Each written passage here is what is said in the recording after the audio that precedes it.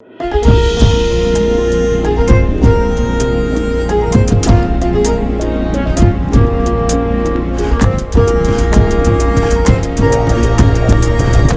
ቤተሰቦች ከፈታ ዴሊ ከበረ ሰላምታ ይድረሳችሁ። የዕለተ ቅዳሜ ረፋድ ጥንቅራችንን ይዘን ተገኝተናል። ለሰዓቱ የመራረጥንላችሁ መረጃዎች በቅድሚያ በማስተዋወቅ እንጀምራለን። ውድ ቤተሰቦች ቪዲዮዎቻችን እንዲደርሷችሁ ላይክ እና ኮሜንት እንዲሁም ሼር በማድረግ ለሌሎች እንዲደርስ እንድታደርጉ በአክብሮት እንጠይቃለን። እናመሰግናለን። በድንበር ከተማዋ ሸረሪና የተካሄደውን ከባድ ውጊያ ተከትሎ በአፋር ክልል አቅጣጫ አዲስ ወታደራዊ ፍጥጫ መፈንዳቱን የሚያመላክቱ ተከታታይ መረጃዎች ወጥተዋል።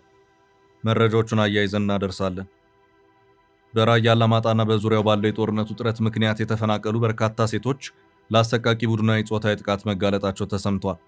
ጦርነት ሽሽት አሳዛኝ ሁኔታ ውስጥ የሚገኙት ተፈናቃይ ወገኖችን የተመለከተ መረጃ እናደርሳለን።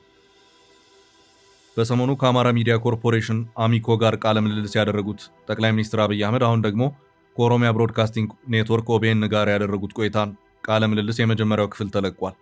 ጠቅላይ ሚኒስትር አብይ አህመድ ከኦሮሚያ የትግል ሂደቶችና ተገኝተዋል ባሏቸው ስኬቶች ዙሪያ ማብራሪያዎችን በመስጠት ከኢትዮጵያም ጋር አያይዘው በርካታ ማብራሪያዎችን ሰጥተዋል፣ ተመልክተነዋል።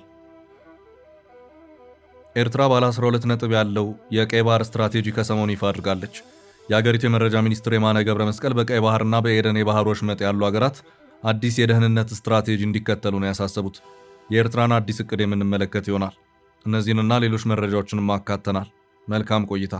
አሁን በቀጥታ ወደ ዝርዝሮቹ። መሃል ሲኤምሲ ዘመናዊ ኮምፓውንድ መኖሪያ መንደር በካሬ ከ73 እስከ 98 ሺህ ብር ከድሪም ቢልደርስ ሪል ስቴት በ10% ቅድመ ክፍያ ባለ 1 መኝታ 73 ካሬ 720 ሺህ ብር ቅድመ ክፍያ፣ ባለ 2 መኝታ 123 ካሬ 1.2 ሚሊዮን ብር ቅድመ ክፍያ፣ ባለ 3 መኝታ ከ136 ካሬ እስከ 192 ካሬ ከ1.3 ሚሊዮን ብር ቅድመ ክፍያ ጀምሮ አዘጋጅተናል። በ2 ዓመት ተኩል የሚረከቡት መኪና ማቆሚያ፣ ሳንድ ባይ ጄኔሬተር፣ መዋኛ ገንዳ፣ የልጆች መጫወቻ አለው። በ2 ዓመት ተኩል የሚረከቡት 100% ለሚከፍሉ 30% ቅናሽ። አሁኑን ይደውሉ። ስልክ 0964 2025 29 ድሪም ቢልደርስ ሪል ስቴት።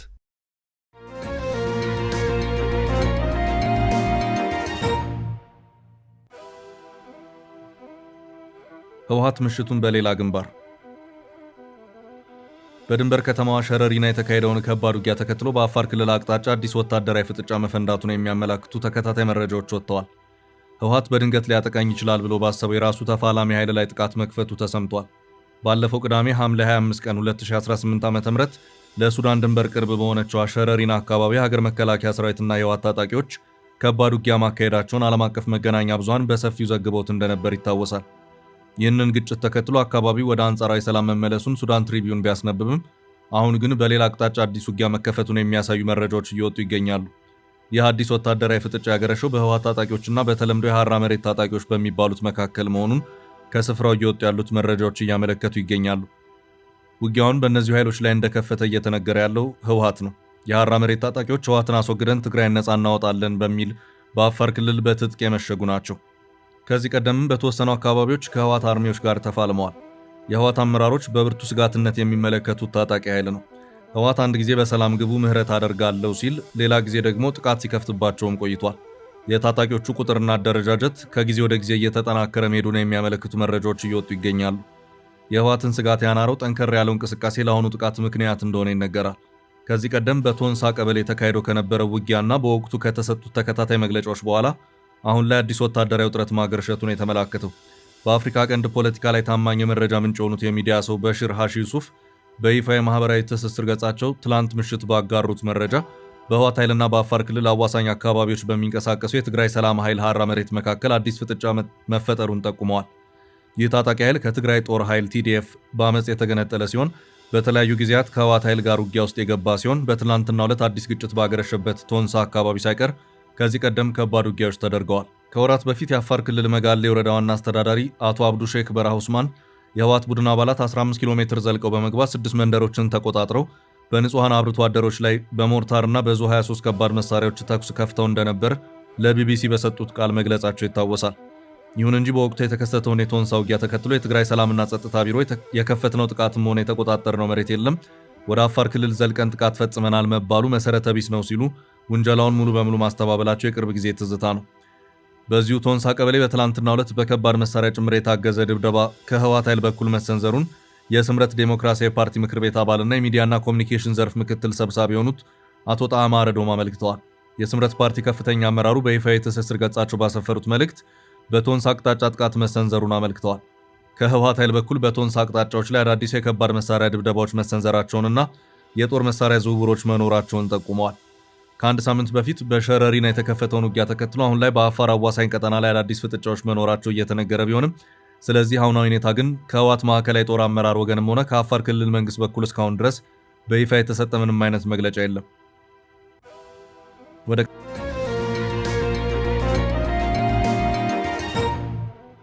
ቀጣይ ርዕስ አለፍን። ኦሮሞ በፍጹም ሊገዛ አይችልም። ጠቅላዩ በሰሞኑ ከአማራ ሚዲያ ኮርፖሬሽን አሚኮ ጋር ቃለ ምልልስ ያደረጉት ጠቅላይ ሚኒስትር አብይ አህመድ አሁን ደግሞ ከኦሮሚያ ብሮድካስቲንግ ኔትወርክ ኦቤን ጋር ያደረጉት ቆይታ የመጀመሪያው ክፍል ተለቋል። ጠቅላይ ሚኒስትር አብይ አህመድ በዚሁ ቃለ ምልልሳቸው ከኦሮሞ ህዝብ ትግልና ተገኝተዋል ባሏቸው ውጤቶች ዙሪያ ሰፊ ማብራሪያ የሰጡበት ሁኔታ ታይቷል። የኦሮሞ ህዝብ ትግል የጀመረው በሜጫና ቱለማ ነው። ሜጫና ቱለማ አደረጃጀቱ ለፖለቲካ ሳይሆን ተደራጅቶ ጥቅም ለማስገኘት ትግል ጀምሯል። ያ ትግል የኦሮሞ ልጆች ትግል ብቻ አልነበረም፣ የሌሎች የብሔር ብሔረሰቦች ትግልም ጭምር ነበር። የወላይታና የሲዳማ ብሔር ተወላጆች በዚህ የሜጫ ቱለማ ትግል ውስጥ ነበሩ ሲሉም ጠቅላይ ሚኒስትር አብይ አህመድ በዚሁ ቃለ ምልልሳቸው ተናግረዋል።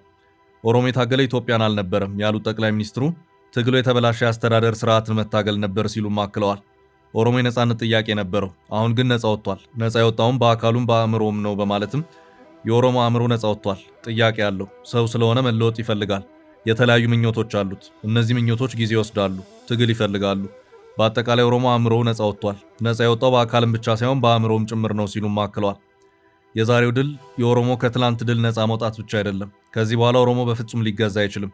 ከትላንቱ ነጻ ወጥቷል። ከዚህ በኋላ ኦሮሞን እንደ ትላንቱ መግዛት እችላለሁ፣ እንደ ትላንቱም ልዘርፈው እችላለሁ የሚልና ከመሬቱ አፈናቅሎ ሊቀማ የሚችል የሚመስለው ሰው ወይም ቡድን ካለ እሱ ሞኝ ነው ያሉት ጠቅላይ ሚኒስትሩ አክለውም ኦሮሞም በአካሉም በአእምሮም ነጻ ስለወጣ ከዚህ በኋላ በፍጹም ለባርነት የተዘጋጀ አይደለም። ለአንድ ክፍለ ዘመን በነበረው በጣም ያሳዝናል። የመጀመሪያው አሸናፊነታችን ነጻነቱን ማግኘቱ ነው። በሀገር ግንባታው ሂደትም ኦሮሞ ህይወቱን ሰጥቶ ሀገር ገንብቷል ሲሉም ማብራሪያቸውን ሰጥተዋል። ጠቅላይ ሚኒስትር አብይ አህመድ በዚሁ ቃለ ምልልሳቸውም ኦሮሞ ኢትዮጵያ አንድ መገለጫ ነው። ኦሮሞ ከሌለ ኢትዮጵያ የለችም። በኢትዮጵያ ምስረታ ውስጥ የማዕዘን ድንጋይ ነው። የኢትዮጵያን ድንበር ያሰመረው በዳግማዊ ምኒልክ ስር የጦር መሪ የነበረው ጎበና ዳጬ ነው ሲሉም ተናግረዋል። ጠቅላይ ሚኒስትር በዚሁ በተለያዩ መንግስታዊ ሚዲያዎች በተላለፈው ቃለ ምልልሳቸው ኢትዮጵያ ቅኝ ያልተገዛችው መስዋዕትነት ስለተከፈለላት ነው። የሚያዋጣው የተከፈለ መስዋዕትነትን ማሳነስ ሳይሆን በጉድለቱ እየሞሉ መሄድ ነው። ገበየው ከዚህ ሄዶ አድዋ ላይ ተዋድቆላታል። ባልቻም ሰንደቋን ከፍ አድርጓል። የጃገማ ኬሎ፣ የታደሰ ብሩ፣ የኃይሌ ፊዳም ሆነ የሌሎች ጀግኖች ታሪክ የሚነግረን በኢትዮጵያ ሀገረ መንግስት ግንባታ ውስጥ ኦሮሞ ሙጫ ሆኖ ማሰባሰቡን ነው ሲሉም ተናግረዋል።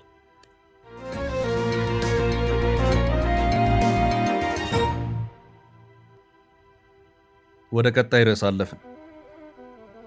ኤርትራ ስለ ቀይ ባህር አዲስ የነደፈችው ስትራቴጂ።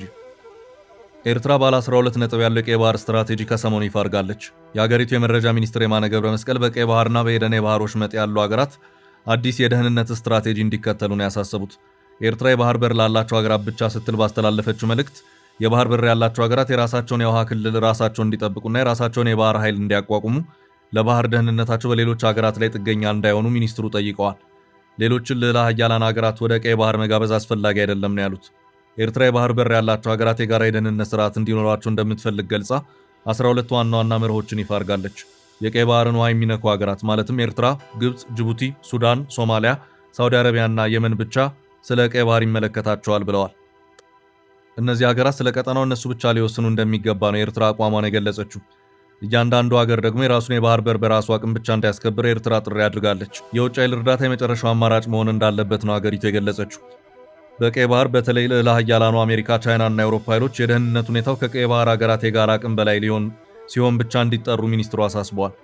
ሁሉም ግዛቱንና ድንበሩን ያስከብር ያሉት ሚኒስትሩ ሀገራቱ የጋራ ኃይል እንዲኖራቸው ጥሪ አድርገዋል። የባህር በር አልባ ጎረቤቶች ከማሪታይም ጉዳዮችና ከቀይ ባህር ውሳኔዎች ሚና የላቸውም ሲሉም ገልጸዋል።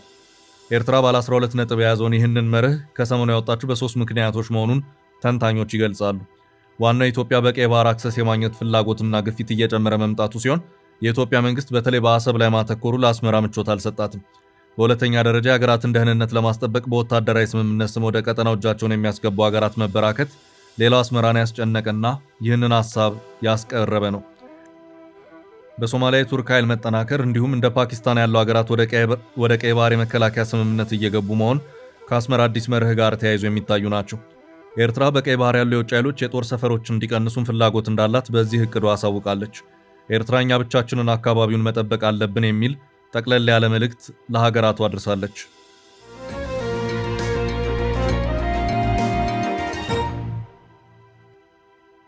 ወደ ቀጣይ ርዕስ አለፍን። የራያው ሰቆቃ። በራያ አላማጣና በዙሪያው ባለው የጦርነት ውጥረት ምክንያት የተፈናቀሉ በርካታ ሴቶች ለአሰቃቂ ቡድናዊ ጾታዊ ጥቃት መጋለጣቸው ተሰምቷል። የሰሜን ኢትዮጵያው ጦርነት ንብረታቸውን ከማጥፋቱና ከአካባቢያቸው እንዲፈናቀሉ ከማድረግ ባለፈ ማንነታቸውን እንደቀማቸው በራያ አላማጣ የሚገኙ ሴቶች በምሬት ተናግረዋል። በራያ አላማጣና በዙሪያ ያሉ ሴቶች ከአንድም ሁለት ጊዜ ተደጋጋሚ ጥቃት ስለተፈጸመባቸው ጦርነትን ሽሽት አካባቢያቸውን ለመልቀቅ መገደዳቸውን ዶቼ ቬሌ ባወጣው ዘገባ አመልክቷል። ስሟ እንዳይጠቀስ የፈለገች አንዲት ተፈናቃይ ወጣት ከመፈናቀሏ በፊት በትንሽ መጠጥ ቤት ውስጥ ትሰራ እንደነበር አስታውሳ በታጣቂዎች አማካይነት በቡድን 3 ሆነው በአሰቃቂ ሁኔታ እንደደፈሯትና በወቅቱ የነበረው መዋቅር የራሳቸው በመሆኑ ፍትህ ልታገኝ እንዳልቻለች በእንባ ገልጻለች። ይህች ወጣት አሁን ልጆቿን ለማሳደግ ስትል ወደማትፈልገውና ልጆቿ እንዲያውቁት ወደማትፈልገው አዲስ የህይወት መስመር ወይም የወሲብ ንግድ ውስጥ ለመግባት መገደዷን በተሰበረ ልብ ተናግራለች። በደም መፍሰስና በወሊድ ምክንያት የሚሞቱት ሴቶች ቁጥር በአሁኑ ወቅት እጅግ በርካታ መሆኑን የገለጹት የአካባቢው አስተያየት ሰጪዎች በተለይ በሴቶች ላይ የሚፈጸመው ጾታዊ ጥቃት ግን እጅግ የከፋ መሆኑን ያብራራሉ። አሁን ባለው ነባራዊ ሁኔታ ሴቶች ለከፍተኛ ጥቃት ተጋላጭ መሆናቸውን የጠቀሱት እነዚህ ስማቸው እንዳይገለጽ የፈለጉ ወገኖች ዳግም ጦርነትን ሸሽተው በመጡበት መጠለያ ጭምር ድጋሚ ጦርነት ይጀምራል የሚሉ ወሬዎች በመናፈሳቸው ምክንያት በከፍተኛ የአእምሮ ስጋትና ጭንቀት ውስጥ መውደቃቸውን አስታውቀዋል። በተለይ በሴቶች ላይ የሚሰነዘሩ ጥቃቶች እንደሚበዛና ሳትፈልግ ህይወቷን ለመምራት ወደ ሌላ አስገዳጅ ዓለም እንደምትገባ በሰቆቃ ገልጸዋል። በደሴ ስፔሻላይዝድ ሆስፒታል የአንድ ማዕከል አገልግሎት መስጫ አስተባባሪ የሆኑት ሲስተር መዲና ወርቅነህ በበኩላቸው ጦርነት ባለበትና በነገሰበት ቀጠና ሁሉ ሴቶች ቀዳሚ ተጋላጭ ስለሚሆኑ የሚመለከታቸው የመንግስትና ዓለም አቀፍ አካላት ለአደጋው ከለላ መስጠት እንዳለባቸው አሳስበዋል። ሲስተሯ አክለውም ካለፈው የትግራይ ጦርነት ልምድ እንዳየነው ብዙዎቹ ሴቶች ለዚህ አስከፊ ሰቆቃ ተጋላጭ የነበሩ በመሆኑ አሁንም የጦርነት ውጥረቱ ካለ ይህ ነገር እንደሚደገም ምንም ጥርጥር ስለሌለው አስቸኳይ የቅድመ መከላከል ሥራ መስራት እንደሚገባ አሳስበዋል። በአሁኑ ወቅት ከራያ አላማጣ፣ ከኮረም፣ ከዛታ፣ ከወፍላና ከሌሎች አዋሳኝ አካባቢዎች የተፈናቀሉ በሺዎች የሚቆጠሩ ሴቶች በቆቦ ከተማ ውስጥ በመጠለያ ካምፖችና ከመጠለያ ውጭ እጅግ በአሳዛኝ ሰብአዊ ሁኔታ ውስጥ እንደሚገኙ ተገልጿል።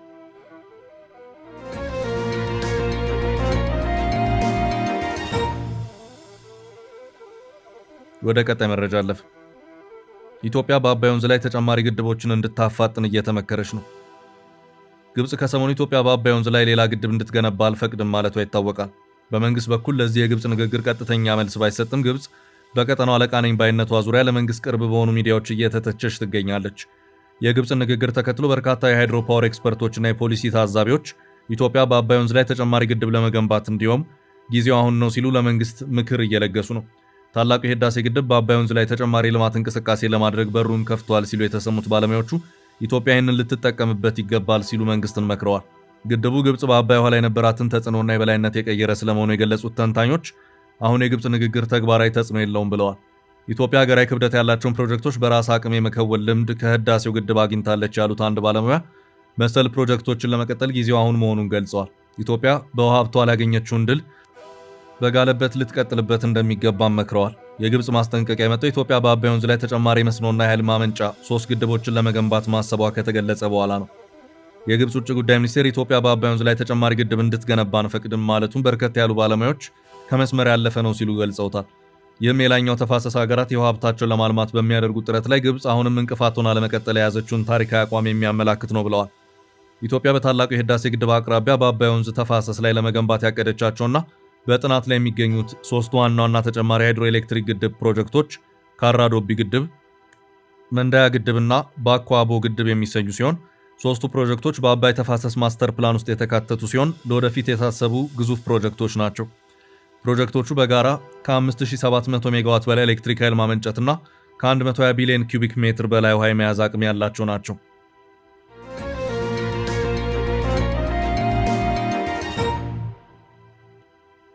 በቀጣይ ርዕስ በትራምፕ አስተዳደር የኢትዮጵያውያን ተጠባቂ ጉዳይ።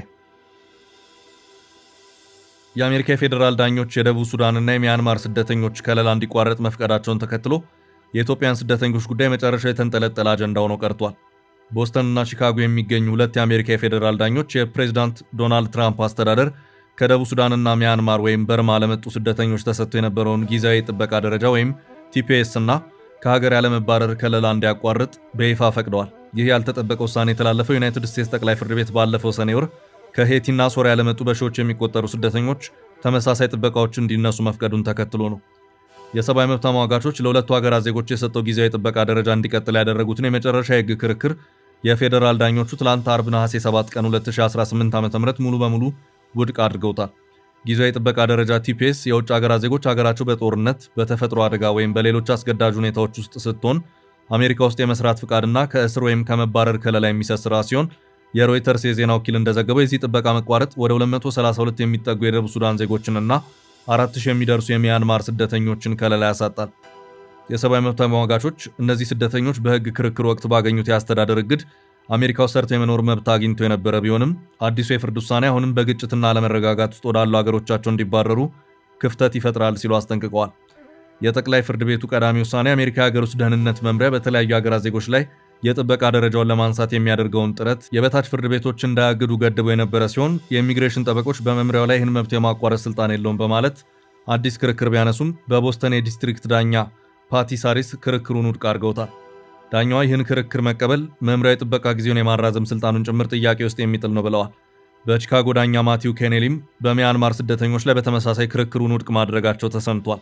የአሜሪካ ሀገር ውስጥ ደህንነት መምሪያ ከ2011 ጀምሮ ግጭት በማያባራባት ደቡብ ሱዳንና ከ2021 ወታደራዊ መፈንቅለ መንግስት ወደ የፖለቲካ ቀውስ ውስጥ በገባችው ሚያንማር ዜጎች ላይ የተሰጠውን ጊዜያዊ ጥበቃ ለማንሳት በህዳር 2025 እንቅስቃሴ መጀመሩ ይታወሳል። የዲኤችኤስ ጠቅላይ አማካሪ ጄምስ ፐርሲቫል አዲሶቹ የፍርድ ቤት ውሳኔዎች መምሪያው ከወሰናቸው ውስጥ በፍርድ ቤት የታገዱት የኢትዮጵያና ሶማሊያ ዜጎች የጥበቃ መቋረጥ ጉዳዮችን ብቻ እንዳስቀረ ገልጸዋል። አማካሪው በኤክስ ገጻቸው ላይ ባስተላለፉት መልእክት እነዚህ አስተዳደራዊ እግዶች በሚቆዩበት እያንዳንዱ ቀን የአሜሪካ ህዝብ የመረጠውንና የፈለገውን እንዳያገኝ የሚነፈግበት ቀን ነው ሲሉ በአቋማቸው የስደተኞች የጥበቃ እግድ እንዲነሳ ግፊት አድርገዋል።